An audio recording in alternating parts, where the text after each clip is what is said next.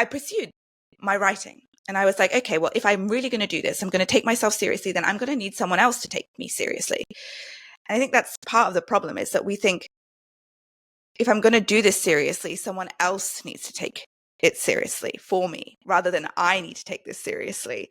And so I was basically just asking for permission to be a professional writer, rather than, again, the crown was right there, putting it on my own head and saying, I am a professional writer and I don't need your permission to do so. But I spent years basically begging the publishing houses to take me seriously, begging literary agents to take me seriously. I sit on a throne of like thousands of rejection letters. I was rejected so many times. And I realized after, and it was a slow realization, it would be a great story if it was like a crystal moment, but it wasn't.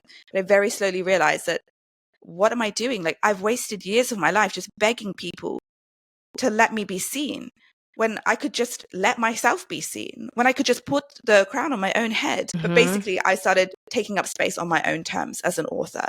I started sharing my work without permission, without this external stamp of approval from a big corporation. I started self-publishing. I started selling my work on my website. I started being the author, making money as an author, being a professional writer on my own terms, even though no one had told me to do it. No one told me I could do it. No one had said they liked my work. In fact, all I'd ever been told is that, no, you're not good enough to be witnessed. But I knew I was good enough to be witnessed. And if I knew that, then I had to fucking back myself. And so that was my journey. And, the ironic thing is like, I've been, writing professionally probably now for, where are we? Maybe like 6 years. And it's only been in the last 18 months that I have had a publishing contract. I was professional before anyone chose me. And the ironic thing is that when you start choosing yourself, when you start taking up space, on your own terms, you become magnetic.